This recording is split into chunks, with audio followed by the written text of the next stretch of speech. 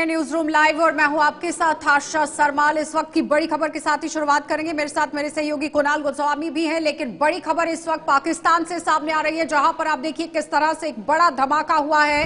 और पाकिस्तान से इस वक्त की बड़ी खबर, जहां पर रेलवे स्टेशन के अंदर ये बड़ा धमाका, क्वेटा रेलवे स्टेशन है जहां पर ये बड़ा धमाका हुआ है। कई लोगों के घायल होने की खबर है, लेकिन 20 से भी ज्यादा लोगों की मौत अभी तक हो गई है। 30 से भी ज्यादा लोगों के घायल होने की खबर सामने आई। क्वेटा रेलवे स्टेशन पर यह जोरदार धमाका हुआ है। कुणाल, बिल्कुल, तो पाकिस्तान के साउथ वेस्ट रेलवे स्टेशन परिसर के पास ये बड़ा बम धमाके की खबर सामने आई है। जानकारी मिल रही है कि ये ट्रेन क्वेटा से पेशावर की तरफ मूव कर रही थी, किसी दौरान बड़ा ये बम धमाके की खबर सामने आई।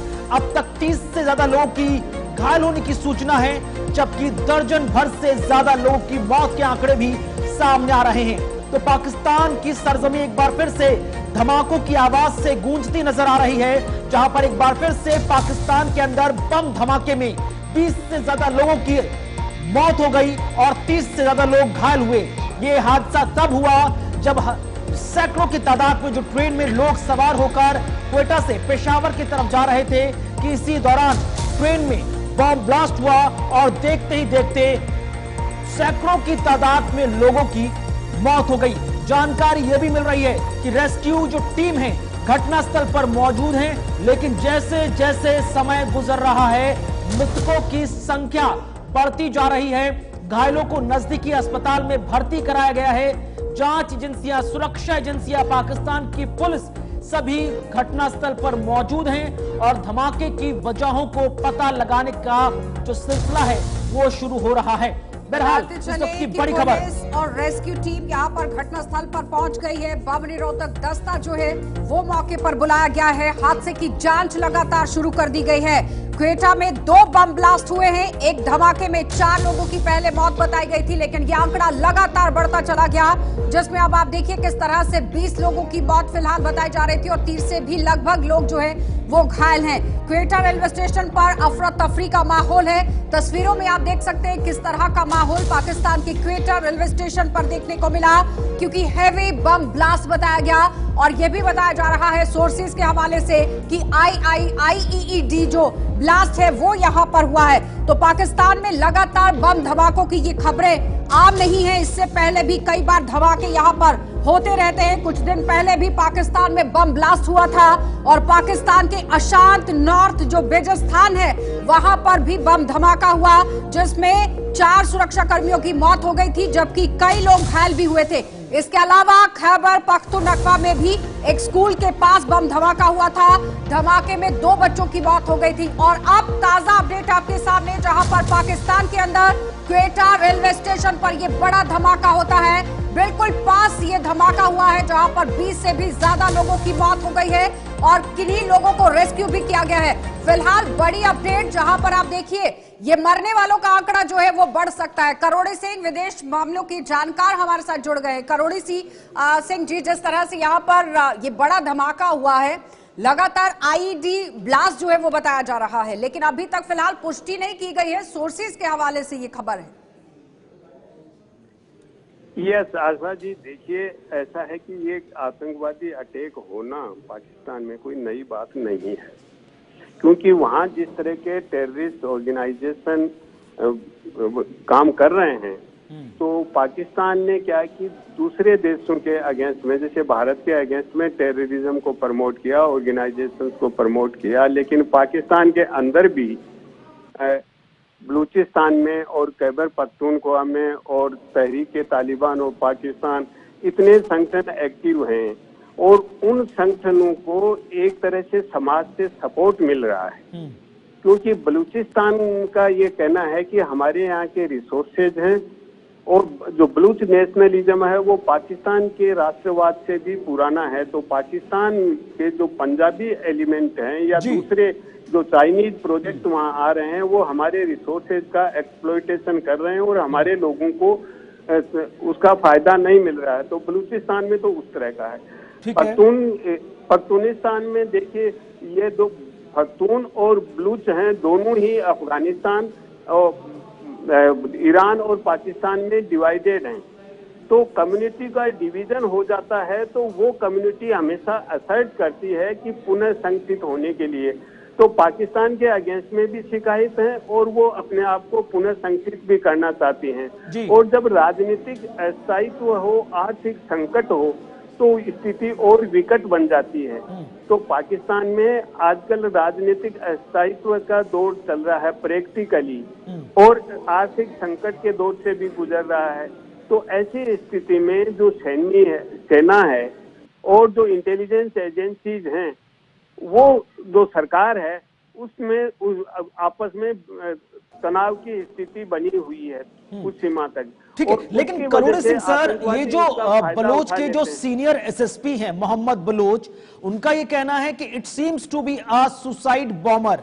तो ये पहली घटना तो नहीं है कि जब लोग इस तरह की घटना को अंजाम देने के लिए अपनी जान की भी परवाह नहीं करते। पहले भी मामले ऐसे सामने आए जहां पर सुसाइडर बॉम्बर ने किस तरह से पाकिस्तान के अलग अलग प्रांतों में इस तरह के धमाकों को अंजाम दिया हो। ये कुणाल जी, इस तरह का ये जो ह्यूमन बम का कंसेप्ट है सुसाइड वाला, ये श्रीलंका में एलटीटी से शुरू हुआ था, ये वहां से शुरू हुआ कंसेप्ट। तो इस तरह का सुसाइड बॉम्बर होना, क्योंकि कोई भी इंसान अगर मरने को तैयार होता है, उसको मालूम है कि मैं मरूंगा और फिर भी तैयार होता है, तो वो उसके कमिटमेंट को दर्शाता है, कितनी प्रतिबद्धता है अपने काज के लिए। प्रतिबद्धता है या उसका ब्रेन वॉश करके प्रतिबद्धता बनाई जाती है, दोनों ही स्थितियां होती हैं। तो ये ह्यूमन बम का है या तो सुसाइड बॉम्बर है, वो देखिए किसी भी काज के लिए उसको इस तरह से प्रेरित करती। जिस तरह से अगस्त 2016 की अगर हम बात करते हैं, सिविल अस्पताल के अंदर क्वेटा में ही इमरजेंसी वार्ड में यहाँ सुसाइड बॉम्बर ने खुद को उड़ा दिया था, 70 लोगों की मौत हो गई थी। 1 सितंबर 2016 को दोबारा से खैबर पख्तूनख्वा इलाके के अंदर यहाँ पर तालिबानी बॉम्बर ने खुद को उड़ा लिया था। 16 सितंबर 2016 को फिर से पाकिस्तान की एक मस्जिद के अंदर तालिबानी सुसाइडर बॉम्बर जो है वो पहुंचा था। 17 अक्टूबर को फिर से एक और कांड होता है, फिर 13 नवंबर 16 को फिर होता है, 17 को फिर से इस तरह से घटनाएं होती हैं। तो क्या माना जाए कि पाकिस्तान जो एक आतंक का सरगना माना जाता है, स्लीपर सेल्स, OGWs, कई आतंकी संगठन वहां पर पनाह लिए हुए हैं। कहते हैं ना कि जिनके घर शीशे के होते हैं वो दूसरों के घरों में पत्थर नहीं मारते हैं, वरना अपने ही घर के अंदर नुकसान झेलना पड़ सकता है। वही नतीजा पाकिस्तान के अंदर आज देखने को मिल रहा है। कट गया था। हेलो जी जी, करोड़ी सिंह जी, हाँ जी, आपको सवाल पहुंचा? बीच में कट गया था। 2016-17 में लगातार हमले हुए, जिसमें मैंने आपको पहले भी बताया कि खैबर पख्तूनख्वा के अंदर किस तरह से सुसाइडर बॉम्बर पहुंचा, कई लोगों की मौत हो गई।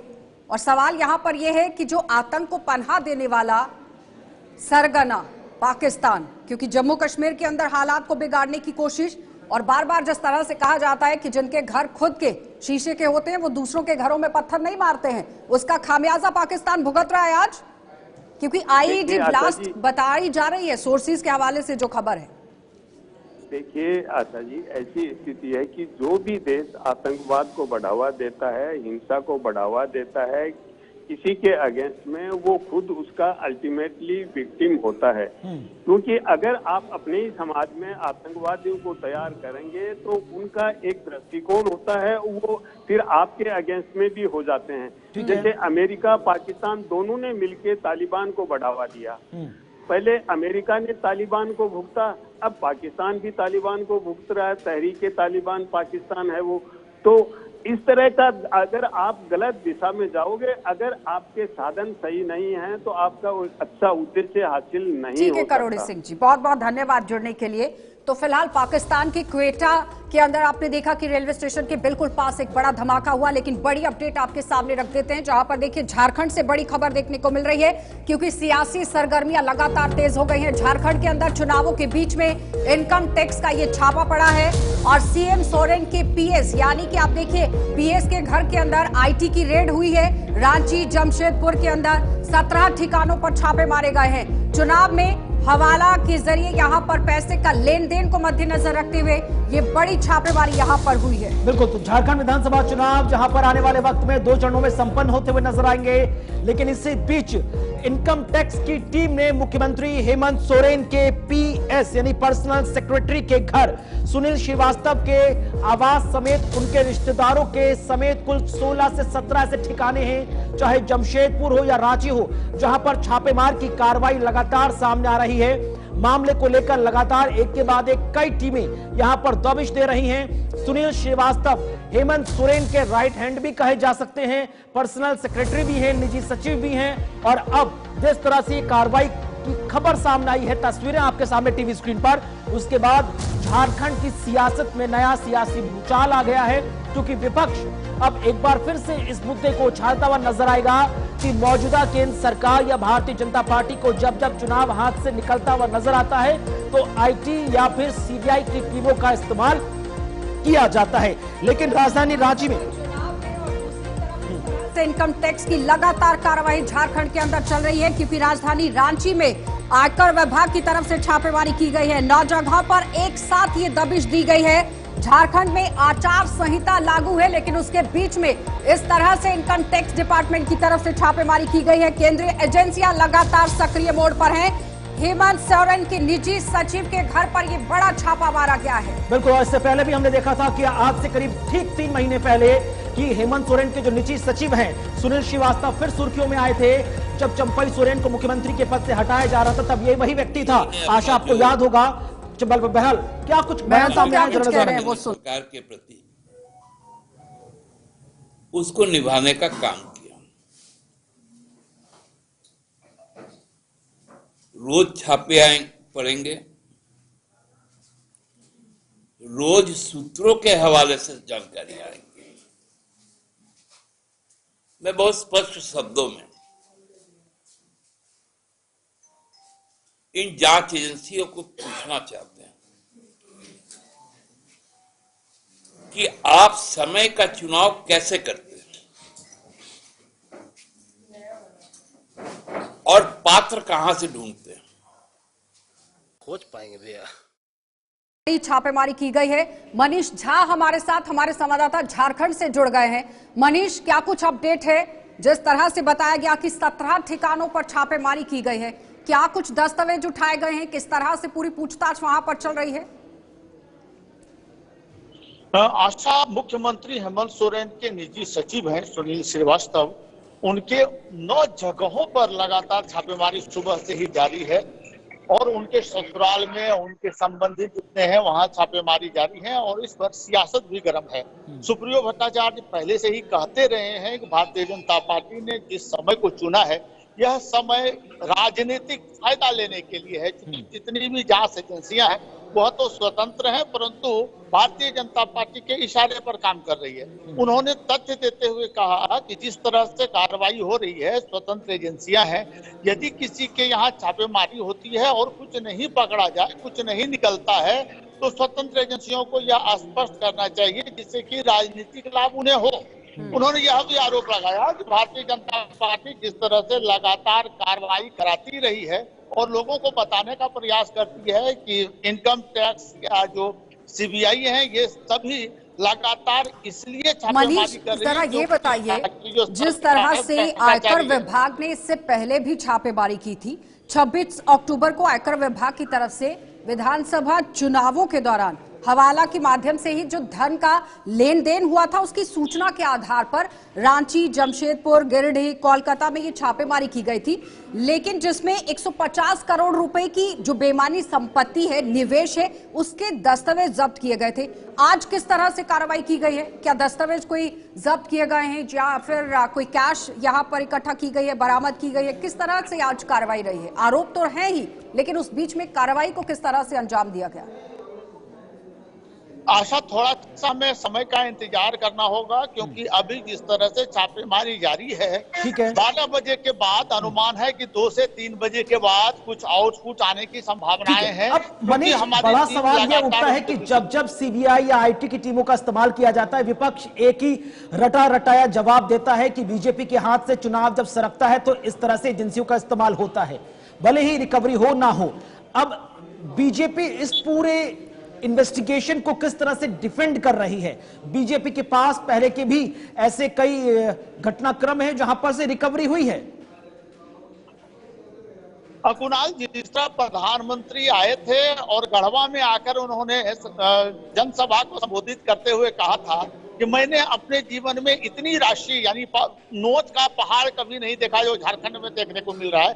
तो उन्होंने सीधे तौर पर जो सत्ता पक्ष है अभी उन पर आरोप लगाते हुए कहा है कि सत्ता पक्ष के जो मंत्री हैं वो भ्रष्टाचारी हैं। मिथिलेश ठाकुर को भी आड़े हाथों लेते हुए उन्होंने कहा कि नोटों का बंडल पकड़ा जाता है, जो राशि केंद्र की ओर से डेवलपमेंट के लिए भेजा जाता है, राज्य सरकार या उनके मंत्री उसे खा जाते हैं। उस वक्त मनीष आरोप तो लगा था कि सरकार से जुड़े हुए कुछ लोगों के पास इस तरह से इतना पैसा बरामद हुआ है, तो समझिए कि यहाँ बड़ी मछलियों के पास कितना पैसा होगा। जहां अब जनता का विकास होना चाहिए था, काम होना चाहिए था, वो नहीं हो पाया। फिलहाल मनीष बनाए रखेंगे अगली खबर के लिए, आगे बढ़ जाते हैं। एक और बड़ी अपडेट आपके सामने, जहां पर आप देखिए झारखंड महाराष्ट्र विधानसभा चुनाव प्रचार लगातार तेज हो गया है और सभी राजनीतिक दल पूरी ताकत के साथ चुनाव प्रचार में जुट गए हैं। एक एक करके आज केंद्रीय गृह मंत्री अमित शाह का झारखंड का दौरा है और 10 नवंबर को प्रधानमंत्री नरेंद्र मोदी का दौरा भी झारखंड के अंदर है। बिल्कुल, तो आज महाराष्ट्र और झारखंड समेत दोनों ही चुनावी राज्यों में ताबड़तोड़ एक के बाद एक, चाहे इंडिया अलायंस हो या एनडीए अलायंस हो, दोनों की तरफ से एक के बाद एक तमाम चुनावी रैलियां हैं। लोगों को साधने का प्रयास किया जाएगा, चाहे महाराष्ट्र में एक चरण में विधानसभा चुनाव हो या झारखंड में 2 चरणों में संपन्न होने वाला विधानसभा चुनाव। दोनों ही राज्यों पर आज दिन भर चुनावी नेताओं की पकड़ नजर आएगी। झारखंड की ही बात कर ले तो भारतीय जनता पार्टी के जो चाणक्य हैं गृह मंत्री अमित शाह, वो कई रैलियों को संबोधित करते हुए नजर आएंगे। बीते दिन भी हमने देखा था कि किस तरह से एक के बाद एक ताबड़तोड़ जमकर जनसभाएं हुई थी। प्रधानमंत्री नरेंद्र मोदी भी लगातार महाराष्ट्र में डेरा डाले हुए हैं, वहां पर भी हमने देखा किस तरह से प्रधानमंत्री नरेंद्र मोदी की तरफ से जो इंडिया अलायंस है, जो एमवी है, महाविकास अघाड़ी, उसको लेकर तंज कसा गया। आज पीएम नरेंद्र मोदी की महाराष्ट्र में कई चुनावी रैलियां हैं। कुछ जानकारियां आपके टीवी स्क्रीन पर, जहां पर महाराष्ट्र के अकोला में दोपहर 12 बजे प्रधानमंत्री नरेंद्र मोदी जनसभा को संबोधित करते नजर आएंगे। इसके बाद महाराष्ट्र के नांदेड़ में ठीक दोपहर 2:30 बजे पीएम मोदी की दूसरी जनसभा है, जबकि 10 नवंबर को झारखंड के दौरे पर रहेंगे प्रधानमंत्री नरेंद्र मोदी। और आज झारखंड में मोर्चा संभाला है गृह मंत्री अमित शाह ने। हमने देखा इससे पहले भी जिस तरह से विधानसभा चुनाव जम्मू कश्मीर और हरियाणा में हुए, वहां पर भी किस तरह से एग्रेसिव पॉलिटिक्स करते हुए नजर आए थे शाह। लेकिन अब झारखंड में किस तरह से सियासी समीकरणों को बदला जाएगा, इंडिया अलायंस को किस तरह से मजबूती दी जाएगी, ये देखना बेहद खास होगा। लेकिन उस बीच में देखिए झारखंड के अंदर यहां पर लगातार अपनी बात को सामने रखने की कोशिश की गई। महाराष्ट्र के अंदर कांग्रेस को कटाक्ष करते भी देखा गया, लेकिन फिलहाल निशाना कांग्रेस पर साधा गया और बार बार 370 पर स्टैंड पूछा जा रहा है, क्योंकि बताते चले कि प्रधानमंत्री नरेंद्र मोदी की तरफ से भी 370 को लेकर कांग्रेस को घेरने की कोशिश हुई। महाराष्ट्र के अंदर भी, झारखंड के अंदर भी इसी तरह से कवायद जो है वो तेज कर दी गई है। लेकिन फिलहाल सभी राजनीतिक दल जिस तरह से एक एक करके अपनी ताकत झोंक रहे हैं, झारखंड के अंदर क्या कुछ समीकरण बनेगा ये बड़ी बात है। दूसरी तरफ महाराष्ट्र के अंदर यहां पर क्या कुछ समीकरण बनेगा ये बड़ा सवाल है, क्योंकि कांग्रेस पर 370, संविधान को लेकर, आदिवासी को लेकर, जल जीवन जंगल को लेकर बड़े मुद्दे उठाए गए कि आखिर यहां कांग्रेस पार्टी की तरफ से क्या कुछ काम किया गया, ये बड़ा सवाल था। हमारे साथ मनीष झा ने एक बार फिर से ज्वाइन कर लिया है। मनीष, आप ही के पास आएंगे। जिस तरह से 370 को लेकर कांग्रेस पार्टी को लगातार घेरने की कोशिश हो रही थी और झारखंड के अंदर जो रैलियां हैं वो रैलियां किस तरह से रखी गई हैं, क्या कुछ तैयारियां हैं, कितने समय के लिए रहेंगी, क्या कुछ सौगातें रहेंगी, अपडेट कीजिएगा। आशा, आज हजारीबाग में केंद्रीय गृह मंत्री अमित शाह हैं और वहां हम लोग जा रहे हैं। यहाँ से कुछ ही दूरी पर वो हैं। निश्चित तौर पर जो जम्मू कश्मीर स्थिति अभी बन रही है, धारा 370 की जो बातें चल रही है, ये बातें यहाँ उभर कर सामने आएंगी। और जो हेमंता बिश्व शर्मा है, उन्होंने जिस तरह से लगातार घुसपैठियों की बात की है, बांग्लादेशी घुसपैठी घुस रहे हैं भारत में और उन्हें जगह मिल रहा है, इसको लेकर हेमंत सरकार को घेरने का प्रयास किया है। तो ये जो 2 प्रमुख मुद्दे हैं, जो राष्ट्रीय मुद्दे हैं, निश्चित तौर पर आज उसे उठाने का प्रयास करेंगे अमित शाह। और जो जगह है, यहाँ लगातार इस तरह की बातें होती रही हैं, जो 2 समुदाय हैं वो आमने सामने होते रहे हैं। तो ये मुद्दा जो एक नया मुद्दा मिला है भारतीय जनता पार्टी को, निश्चित तौर पर ये चुनाव पर प्रभाव डालेगा और इसका समीकरण बनाते नजर आएंगे भारतीय जनता पार्टी के तमाम ठीक है, नेता। महाराष्ट्र का रुख कर रहे हैं हमारे साथ हमारे संवाददाता लगातार ग्राउंड जीरो से जुड़े हुए हैं। आपसे समझना चाहेंगे एमवीए वर्सेस महायुति को लेकर जो जमकर सियासी लड़ाई चल रही है, 288 विधानसभा सीटों पर एक ही चरण में मतदान होने जा रहा है और आज का दिन भी बेहद खास है। राहुल गांधी से लेकर प्रधानमंत्री नरेंद्र मोदी तक अपने अपने अलायंस के लिए जमकर चुनाव प्रचार करते नजर आ रहे हैं। हाँ देखिए कुणाल, जो खास तौर से प्रधानमंत्री नरेंद्र मोदी का आज महाराष्ट्र में अकोला जिले में एक चुनावी प्रचार रैली को संबोधित करना है और वहीं इस अकोला में अमरावती के 5 जिले जो है, अमरावती डिवीजन के 5 जिले, वो सभी यहाँ के जितने भी महायुति के जो उम्मीदवार हैं वो साथ में रहेंगे और आसपास के जो भी विधानसभा क्षेत्र है वहाँ सब महायुति के जो भी गठबंधन के उनके बीजेपी के साथ में जो भी अलायंस है वो सभी उम्मीदवार यहाँ आज मौजूद रहेंगे और चुनावी प्रधानमंत्री का जो आज रैली है, संबोधन है, तो ये वहाँ सब मौजूद रहेंगे। और आज प्रधानमंत्री खास तौर से कांग्रेस पर ही, जैसे मतलब जो कल तक जो चला कांग्रेस पर हमले, वही यहाँ हो सकते हैं आज, ऐसी उम्मीद लगाई जा रही है। और खास बात यह है कि यहाँ बड़ा जिस तरह से महाविकास आघाड़ी और भारतीय जनता पार्टी की बात करें तो एक बड़ा दावा किया गया कि सूबे के अंदर प्रो इनकम्बेंसी है और इसके अगेंस्ट यहाँ पर आप देखिए किस तरह से वोट पड़ेंगे, ये एक बड़ा दावा।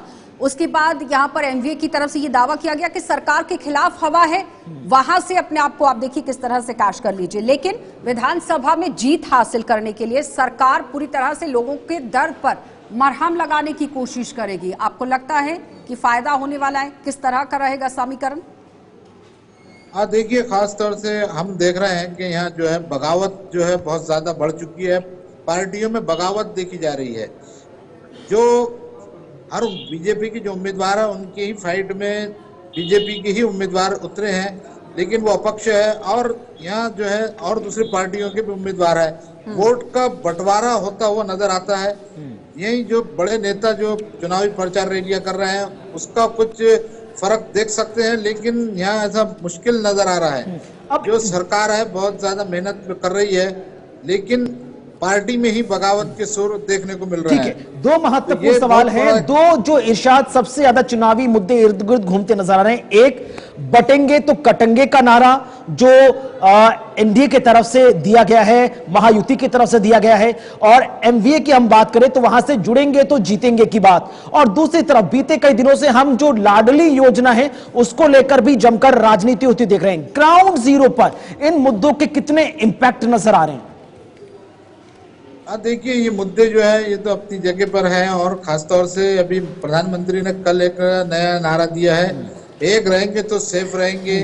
अब ये नए नए नारे सामने आ रहा है भारतीय जनता पार्टी द्वारा, लेकिन इसका भी कुछ खास असर क्योंकि देखने को तो नहीं मिल रहा है और दूसरी पार्टियां इसको बनाने की कोशिश में तो जरूर है। महाविकास आघाड़ी गद्दारों पर इलेक्शन लड़ रही है, गद्दारों का नारा दिया है, तो ये अलग अलग तरीके से चुनाव लड़ा जा रहा है। और इरशाद, बहुत बहुत धन्यवाद जुड़ने के लिए, और मनीष आपका भी धन्यवाद जुड़ने के लिए। लेकिन फिलहाल लगातार महाराष्ट्र झारखंड के अंदर सियासत तेज हो गई है क्योंकि एक एक करके ताबड़तोड़ यहाँ पर रैलियां हो रही हैं और ताबड़तोड़ रैलियों के बाद कांग्रेस पर सीधे सीधे निशाना साधा जा रहा है। सीधा आपको उत्तराखंड लिए चलेंगे। स्थापना दिवस को लेकर मुख्यमंत्री यहाँ पर क्या कुछ कह रहे हैं वो मुझे विश्वास है हमारे प्रवासी उत्तराखंड वासी राज्य की विकास यात्रा में ऐसे ही बड़ी भूमिका निभाते रहेंगे। साथियों, उत्तराखंड के लोगों को अपनी आशाओं और आकांक्षाओं को पूरा करने के लिए लंबे समय तक अलग राज्य के लिए प्रयास करना पड़ा था। ये प्रयास तब पूरे हुए जब केंद्र में श्रद्धेय अटल जी के नेतृत्व में, बीजेपी के नेतृत्व में एनडीए की सरकार बनी। मुझे खुशी है कि जिस सपने के साथ उत्तराखंड का गठन हुआ था वो हम सब साकार होते देख रहे हैं। देवभूमि उत्तराखंड ने हम सभी को, भाजपा को, हमेशा खूब सारा प्यार दिया है, अपनत्व दिया है। भाजपा भी देवभूमि की सेवा की भावना से उत्तराखंड के विकास में कोई कोर कसर बाकी नहीं छोड़ रही है। साथियों, कुछ दिन पहले ही केदारनाथ मंदिर के कपाट बंद हुए हैं। कुछ साल पहले बाबा केदार के दर्शन के बाद उनके चरणों में बैठकर मैंने बड़े विश्वास से कहा था कि ये दशक उत्तराखंड का दशक होगा। बीते वर्षों में उत्तराखंड ने मेरे इस विश्वास को सही साबित किया है। आज उत्तराखंड विकास के नए रिकॉर्ड बना रहा है, नए कीर्तिमान गढ़ रहा है।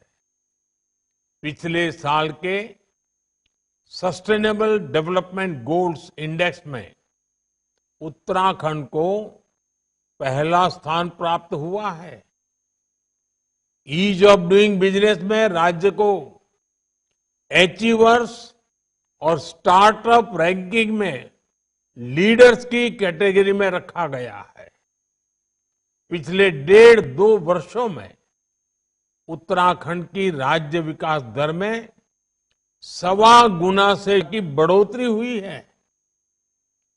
इस साल जीएसटी कलेक्शन में भी 14% का उछाल आया है। 2014 में उत्तराखंड में प्रति व्यक्ति आय करीब 1.25 लाख रुपए सालाना थी, जो आज बढ़कर 2,60,000 रुपये हो चुकी है। 2014 में उत्तराखंड राज्य का सकल घरेलू उत्पाद यानी स्टेट की जीडीपी 1,50,000 करोड़ के आसपास थी।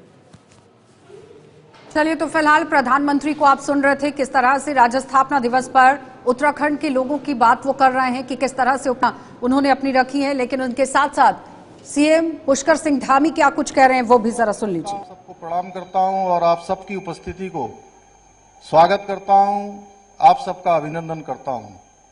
कार्यक्रम में उपस्थित हमारे दूर दूर से आए हुए सभी भाइयों बहनों, बड़े बुजुर्गों, मेरे नौजवान साथियों, उपस्थित हमारे छात्र छात्राओं, पत्रकार मित्रों एवं छायाकार बंधुओं, मैं सबसे पहले आप सभी को आज राज्य स्थापना दिवस की बहुत बहुत बधाई देता हूं, शुभकामनाएं देता हूं।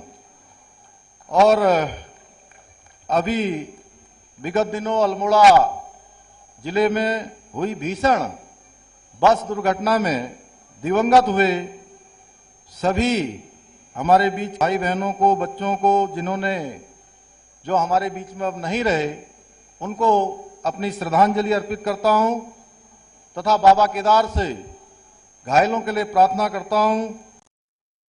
फिलहाल मुख्यमंत्री उत्तराखंड से आप देखिए किस तरह से अपना संबोधन दे रहे हैं, क्योंकि राज्य स्थापना दिवस चल रहा है। आम जनता के लिए लगातार काम चल रहा है, बड़ी उपलब्धियां गिनाने की कोशिश, लेकिन आने वाले समय में लोगों की जो समस्याएं हैं उनका भी निवारण किया जाएगा। आगे बढ़ जाते हैं, एक और बड़ी खबर से आपको रूबरू करवाते चले। कांग्रेस पार्टी लगातार चुनावों को मद्देनजर रखते हुए अब यहां पर एक्शन मोड में नजर आ रही है, लेकिन उससे पहले यूपी उपचुनाव की तैयारियां लगातार तेज हो गई हैं। सभी दल चुनाव प्रचार में जुट गए हैं। एक एक करके आप देखिए किस तरह से अपनी बात को रखा जा रहा है। आज सीएम योगी आदित्यनाथ की कई चुनावी रैलियां होने वाली हैं। अलीगढ़, मैनपुरी, कानपुर के अंदर ये चुनावी रैलियां होंगी। बिल्कुल, तो उत्तर प्रदेश की 9 विधानसभा सीटों पर उपचुनाव होने जा रहा है और उपचुनाव के बीच जमकर इस वक्त आरोप प्रत्यारोप चल रहे हैं। इसी बीच ये इस वक्त तो प्रतिष्ठा का सवाल बना है योगी आदित्यनाथ के लिए। हाल फिलहाल में आपको आशा याद होगा, लोकसभा चुनाव के अंदर जो भारतीय जनता पार्टी अपना 2019 या 2014 का रिकॉर्ड थी वो रिपीट नहीं कर पाई थी, लिहाजा इस वक्त हमने देखा था कि अब पूरी जिम्मेदारी योगी आदित्यनाथ ने ही संभाली है। न सिर्फ योगी आदित्यनाथ उत्तर प्रदेश की 9 विधानसभा सीटों पर जम प्रचार कर रहे हैं, बल्कि उनके ऊपर फायर ब्रांड नेता के तौर पर झारखंड और महाराष्ट्र में भी जिम्मेदारी है। लेकिन समाजवादी पार्टी का यह रिकॉर्ड रहा है कि जिन 9 सीटों पर इस वक्त विधानसभा चुनाव चल रहा है, उनमें से 7 सीटें समाजवादी पार्टी का गढ़ कही जाती हैं, जिसमें करहल जैसी सीट तो सबसे ज्यादा महत्वपूर्ण है। लेकिन भारतीय जनता पार्टी ने यूपी की आम जनता से वादा कर दिया है कि भाई अब ना बटेंगे ना कटेंगे, एक साथ रहेंगे, सेफ रहेंगे, लिहाजा भारतीय जनता पार्टी को आप वोट करें। समाजवादी पार्टी और बीजेपी के बीच यह सीधे कांटे की टक्कर देखी जा रही है। कांग्रेस की तरफ से पूरा अनकंडीशनल सपोर्ट समाजवादी पार्टी को दिया जा रहा है, लेकिन समाजवादी पार्टी इस वक्त बेहद एक्टिव मोड में नजर आ रही है। लेकिन इस बीच में कानपुर की समाऊ सीट है, प्रयागराज की फूलपुर है, मैनपुरी की करहल है, मिर्जापुर की मझवा, अयोध्या की यहाँ पर आपने देखा मिल्कीपुर सीट थी, लेकिन वहां पर चुनाव नहीं हो रहा। अम्बेडकर नगर की कटहरी सीट है, गाजियाबाद सदर है, अलीगढ़ की खैर है, मुरादाबाद की कुंद्रकी है और यहाँ मुजफ्फरपुर की ही आप देखिए किस तरह से मीरापुर सीट है। लेकिन फिलहाल लगातार आप देखिए इस बार के जो उपचुनाव होने वाले हैं, भारतीय जनता पार्टी और समाजवादी पार्टी के बीच में कांटे की टक्कर है। लेकिन उसके बीच में एक और बड़ी खबर, जहां पर फिलिस्तीन पाक पर आंसू बहाने वाले आज पूरी तरह से चुप हैं। इस तरह से बड़ी बात सीएम योगी आदित्यनाथ की तरफ से कही गई। जम्मू कश्मीर के मामलों पर आप देखिए किस तरह से कटाक्ष किया जा रहा है। यूपी के सीएम योगी आदित्यनाथ लगातार विपक्षी दलों पर अब कटाक्ष कर रहे हैं। वो कह रहे हैं कि फिलिस्तीन और पाकिस्तान पर आंसू बहाने वाले अब जम्मू कश्मीर के मुद्दे को लेकर आखिर चुप क्यों हैं, इस पर अपना स्टैंड क्लियर क्यों नहीं करते हैं, क्योंकि सीधे सीधे आज फिर से यहाँ पर आप देखिए योगी आदित्यनाथ की तरफ से कांग्रेस पार्टी पर यह निशाना साधा गया है, क्योंकि 370 पर बार बार कांग्रेस पार्टी से स्टैंड मांगा जा रहा है, जिसमें कांग्रेस पार्टी 370 को लेकर समर्थन की बात करती है और दूसरी तरफ संविधान की कॉपी दिखाकर यहाँ बड़ी बातें रखी जाती हैं। बिल्कुल, तो प्रधानमंत्री मोदी जी के नेतृत्व में एक नए भारत का हम दर्शन कर रहे हैं। इस भारत को दुनिया के बड़ी ताकत के रूप में स्थापित करने के लिए आवश्यक है कि डबल इंजन की सरकार को और भी ताकत दिए जाने की आवश्यकता है, और भी ताकत दिए जाने की आवश्यकता है। एक तरफ मोदी जी के नेतृत्व में एक भारत श्रेष्ठ भारत बन रहा है और दूसरी तरफ इंडी गठबंधन आपसी मनमुटाव को देश के विभाजन और विखंडन की ओर लेके जा रहा है। आपने हाल ही में जम्मू कश्मीर विधानसभा के अंदर उस प्रस्ताव को देखा होगा जिसमें उन्होंने कहा है कि हम कश्मीर के अंदर धारा 370 को फिर से बहाल करेंगे। यानी आतंकवाद की जड़ जो धारा 370 है, जिसे 5 अगस्त 2019 को प्रधानमंत्री मोदी जी ने हमेशा के लिए समाप्त कर दिया है।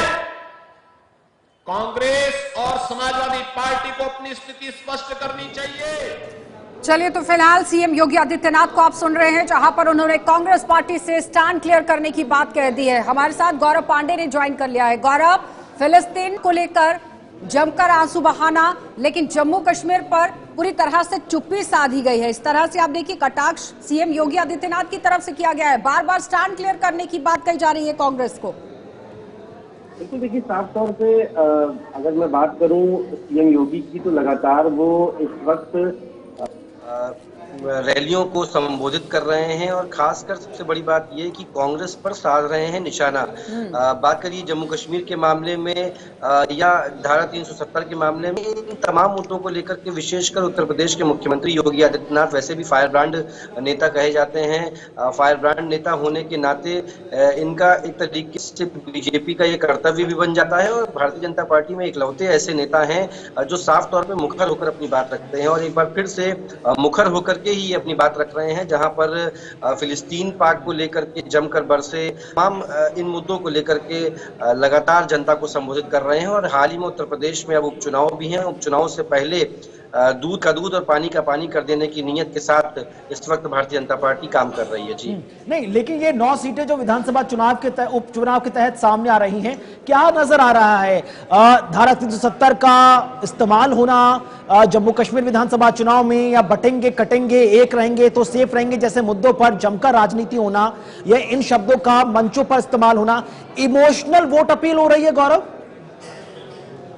बिल्कुल कुणाल, देखिए साफ तौर पे उत्तर प्रदेश में अब पोस्टर वॉर की राजनीति हो चुकी है। पहले 27 के सत्ताधीश यानी कि अखिलेश यादव, उसके बाद 27 के पालनहार यानी कि संजय निषाद, और अब एक बार फिर से लखनऊ में समाजवादी पार्टी के एक नेता हैं, उसके साथ साथ भारतीय गौ सेवा आयोग के अध्यक्ष हैं, उन्होंने भी एक पोस्टर लगा दिया जिसमें लिखा है हिंदू बटेगा नहीं। यानी कि दो धड़ों में बट गई है उत्तर प्रदेश की राजनीति। पहला धड़ा है अल्पसंख्यक, दूसरा धड़ा है हिंदू, और इन दोनों को वोट बैंक के रूप में साधते हुए उत्तर प्रदेश के मुख्यमंत्री हो, चाहे समाजवादी पार्टी के राष्ट्रीय अध्यक्ष अखिलेश यादव हो या तीसरी पार्टी कांग्रेस हो, सभी गौरव, जिस तरह से इस वक्त के लिए ये लगाई जा रही थी कि इस बार मुद्दों पर राजनीति नहीं होगी, इस बार जातीय समीकरण उत्तर प्रदेश के अंदर उपचुनावों में बनेगा, क्या लगता है कि फायदा उसी को मद्देनजर रखते हुए इस बार चुनावों में हो सकता है? क्योंकि बीजेपी और समाजवादी पार्टी के बीच में तो कांटे की टक्कर है ही, लेकिन एक थर्ड फ्रंट भी सामने आ रहा है जिसमें बीएसपी एएसपी भी मैदान में है,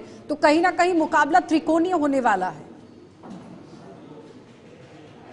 बिल्कुल, देखिए पहला चुनाव है जिसमें मायावती ने भी इस बार अपने कैंडिडेट्स को उतारा है। साफ तौर पे जो त्रिकोणीय मामला बन रहा है जिसकी आप बात कर रहे हैं, उत्तर प्रदेश अगर आप बात करें तो और भारतीय जनता पार्टी की विशेष टक्कर होने वाली है। कांग्रेस सपोर्ट कर रही है समाजवादी पार्टी का, जिन सीटों पर बात हो रही थी कांग्रेस की और समाजवादी पार्टी की, सभी सीटों पर समाजवादी पार्टी। गौरव, बहुत बहुत धन्यवाद जुड़ने के लिए। तो फिलहाल आपने देखा कि उत्तर प्रदेश के अंदर क्या कुछ समीकरण बन रहा है, लेकिन उस बीच में एक और बड़ी खबर पंजाब से, जहां पर आप देखिए पंजाब के अंदर भी ताबड़तोड़ रैलियां तेज कर दी गई हैं। आम आदमी पार्टी की तरफ से ये चुनावी रैलियां, केजरीवाल धुआंधार चुनावी रैलियां करने में जुट गए हैं। आम आदमी पार्टी लगातार अपनी कमान संभाले हुए है, लेकिन इस बीच में यहां पर चब्बेवाल और डेरा बाबा नानक के अंदर ये रैलियां की जाएंगी, और पंजाब के मुख्यमंत्री भगवंत मान भी इन रैलियों में साथ केजरीवाल के रहेंगे। लेकिन मुद्दों को गिनाना जरूरी है। आप देखिए पंजाब के अंदर लगातार किसानों का मुद्दा सबसे बड़ा बना, लेकिन इस बार यहाँ पर चब्बेवाल और डेरा बाबा नानक के अंदर किस तरह का संबोधन रहने वाला है कुणाल, ये बड़ी बात रही। बिल्कुल, अगर आप इन दोनों सीटों को आशा देखें, चब्बेवाल या डेरा बाबा नानक की, तो ये आपको इनकी हिस्ट्री बड़ी मिक्स नजर आएगी। कभी इन सीटों पर शिरोमणि अकाली दल कब्जा करती नजर आई थी, तो कभी कांग्रेस की भी इन सीटों पर हाथ की पकड़ नजर आई थी। लेकिन इस बार, क्योंकि अक्सर कहा जाता है कि विधानसभा उपचुनावों में उस पार्टी को ज्यादा फायदा होता है जिसकी राज्य में सरकार हो, लिहाजा पंजाब में आम आदमी पार्टी मौजूदा वक्त में सरकार संचालित कर रही है, उसको इस बार नजर आ रही है कि इन दोनों सीटों पर जहां शिरोमणि अकाली दल एक वक्त तक या कांग्रेस की पकड़ रही, इस बार झाड़ू उन पार्टियों को साफ करती हुई नजर आएगी। इसलिए भले ही अरविंद केजरीवाल मुख्यमंत्री की कुर्सी पर ना हो, लेकिन आम आदमी पार्टी के सबसे बड़े फायरब्रांड नेता हैं, पार्टी के संयोजक हैं, लिहाजा उनकी भी जमकर उनका इस्तेमाल किया जा रहा है। आज इन दोनों जगहों पर अरविंद केजरीवाल जनता को संबोधित करते नजर आएंगे। एक बार फिर से पंजाब में जो 5 गारंटियां हैं उनको यहां पर जनता के सामने रखा जाएगा। फ्री बिजली, फ्री पानी, अच्छी शिक्षा, बेहतर रोजगार, ड्रग्स या अपराध पर कमी, ये 5 ऐसे एजेंडे हैं जो पंजाब के विधानसभा चुनाव में 2022 से चले आ रहे हैं। लोकसभा चुनाव में भी हमने इन्हीं मुद्दों को देखा। अच्छा प्रदर्शन करना बहुत जरूरी रहेगा आम आदमी पार्टी की तरफ से, और इसी को मद्देनजर रखते हुए अरविंद केजरीवाल लगातार चब्बेवाल और डेरा बाबा नानक जगह पर पहुंचे हुए हैं। इन दोनों विधानसभा सीटों के अंदर रैली कर रहे हैं, जनता को की कोशिश होगी, क्योंकि इससे पहले राघव चड्ढा को आपने सुना, वो कह रहे थे कि दिल्ली के अंदर आम आदमी पार्टी की सरकार है, पंजाब के अंदर आम आदमी पार्टी की सरकार है, उसी तरह से हरियाणा के अंदर भी होनी चाहिए। तो उसी को मद्देनजर रखते हुए आप देखिए डेरा बाबा नानक और चब्बेवाल इलाके के अंदर जब रैली होती है तो बड़े ऐलान सुनने वाले दिलचस्प रहेंगे कि क्या कुछ रहेंगे। आगे बढ़ जाते हैं, हरियाणा अब आपको लिए चलेंगे, क्योंकि हरियाणा का समीकरण समझना भी जरूरी है कि आखिर हरियाणा के अंदर किस तरह से अब काम चल रहा है। हरियाणा को मद्देनजर रखते हुए इस वक्त बड़ी अपडेट आपके सामने, जहां पर पंजाब हरियाणा हाईकोर्ट के अंदर एक बड़ा फैसला हुआ है। केवल यहां पगड़ी पहनने वाले लोगों को ही छूट मिलेगी, और सड़क सुरक्षा को संज्ञान में लेकर ये एक बड़ी सुनवाई हुई है, और सिख महिलाओं को यहां हेलमेट अब पहननी होगी। पंजाब और हरियाणा हाईकोर्ट ने हेलमेट पहनने से छूट के मामले में ये स्पष्ट किया है कि ये केवल पगड़ी पहने वाले सिख पुरुषों के लिए है, अन्य किसी भी महिला को इससे कोई छूट नहीं होगी। बिल्कुल, तो लगातार आशा आपने देखा सुबह कल शाम से ही महिलाओं को लेकर 2 खबरें बहुत ज्यादा लाइमलाइट में रही। एक कानपुर की खबर लाइमलाइट में, जो आपने गुड मॉर्निंग इंडिया में भी जनता के सामने क्रॉस की कि भाई जो महिला सलून है या ब्यूटी पार्लर है यहाँ है, वहां पर महिला कोची चाहिए। यहाँ पर आज ये खबर पंजाब हरियाणा का हाईकोर्ट से निकलकर सामने आई, जहां पर महिलाओं को, स्पेशली सिख महिलाओं को हेलमेट से कोई छूट नहीं मिलेगी, क्योंकि पहले अमूमन जब सिख समुदाय से जुड़े मेल लोग हैं उनको यह छूट थी कि भाई आप टर्बन बांधते हैं, पगड़ी बांधते हैं, लिहाजा आप हेलमेट नहीं पहन सकते, तो महिलाएं भी अपने आप को उस कैटेगरी में रख लेती थी। लेकिन अब पंजाब हरियाणा हाईकोर्ट ने स्पष्ट निर्देश दे दिया है कि सिख महिलाओं को अब इससे छूट नहीं मिलेगी। किसी तरह का कोई कंफ्यूजन ना रखें, जैसे बाकी अन्य संप्रदाय और धर्मों की महिलाएं बाइक सुरक्षा को लेकर कोई कॉम्प्रोमाइज नहीं होगा, ये बड़ी बात है। क्योंकि अगर आप सड़क हादसे का यहाँ पर शिकार हो जाती हैं तो उसका जिम्मेदार कौन रहेगा, उसकी जवाबदेही कौन देगा। तो फिलहाल पगड़ी पहनने वाले लोगों को हेलमेट के लिए यहाँ पर निजात मिल गई है, लेकिन उस बीच में महिलाओं को उसी तरह से ट्रैफिक वो फॉलो करना होगा। आगे बढ़ जाते हैं, एक और बड़ी खबर आपको दिखा देते हैं। देखिए, यूपी के अंदर लखनऊ में गोमती पुस्तक महोत्सव मनाया जा रहा है। सीएम योगी आदित्यनाथ की तरफ से यहाँ पतन किया गया है और अब यहाँ टेक्नोलॉजी के सही इस्तेमाल की जरूरत है। इस तरह से सीएम योगी आदित्यनाथ की तरफ से ये बात कही गई।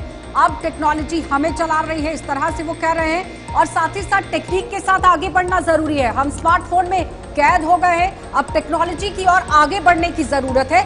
बच्चों की जो व्यवहारिकता है उसमें फिलहाल कमी आ गई है, लेकिन अगर हम टेक्नोलॉजी का सही से इस्तेमाल करते हैं, जिसकी आज के समय में कुणाल जरूरत भी है, क्योंकि टेक्निक के हिसाब से अगर देखा जाए तो मॉडर्नाइजेशन की तरफ आगे बढ़ना बहुत जरूरी है।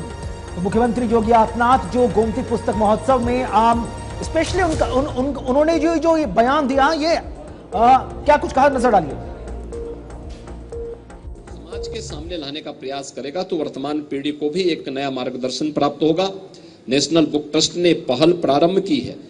लखनऊ में 3रा संस्करण गोमती नदी के तट पर गोमती पुस्तक महोत्सव के रूप में है।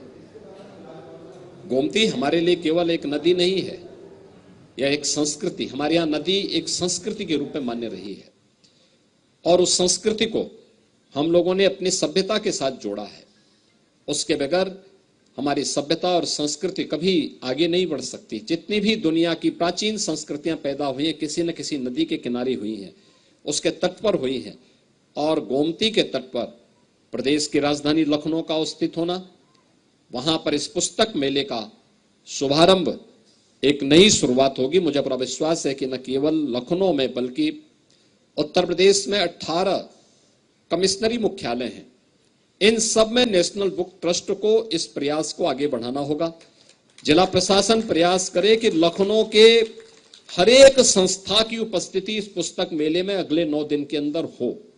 वे आए और जो भी पुस्तक मेले में आए अपनी रुचि के अनुसार कोई ना कोई पुस्तक का क्रय करके जरूर जाए और यहां पर अपनी टिप्पणी भी लिखे, उन्हें क्या पसंद है, किस प्रकार का साहित्य पसंद करता है।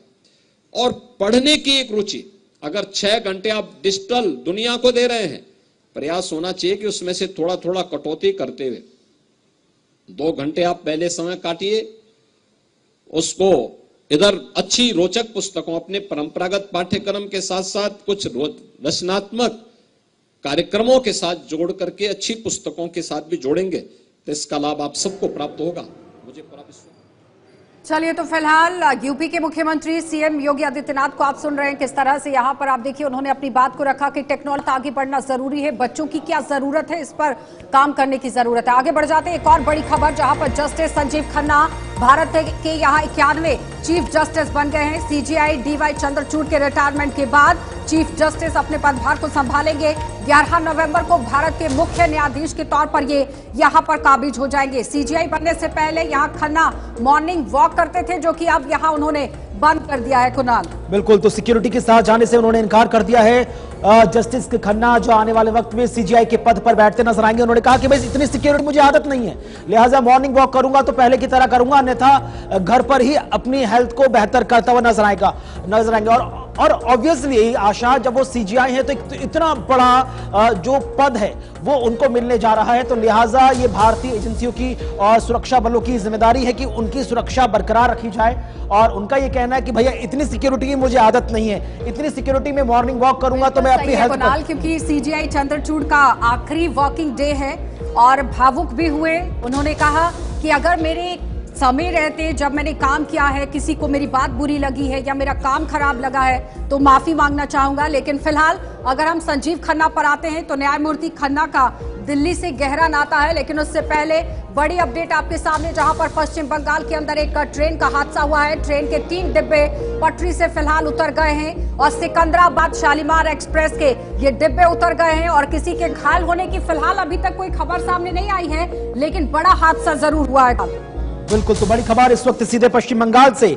ट्रेन के 3 डब्बे हावड़ा में डिरेल हुए हैं। सिकंदराबाद शालीमार एक्सप्रेस के डब्बे उतरे हैं।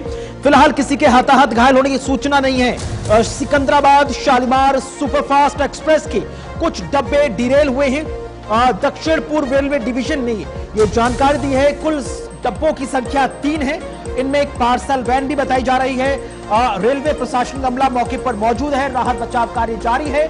इन डब्बों को ट्रैक से हटाया जा रहा है ताकि ट्रेनों का आवागमन सुचारू किया जाए।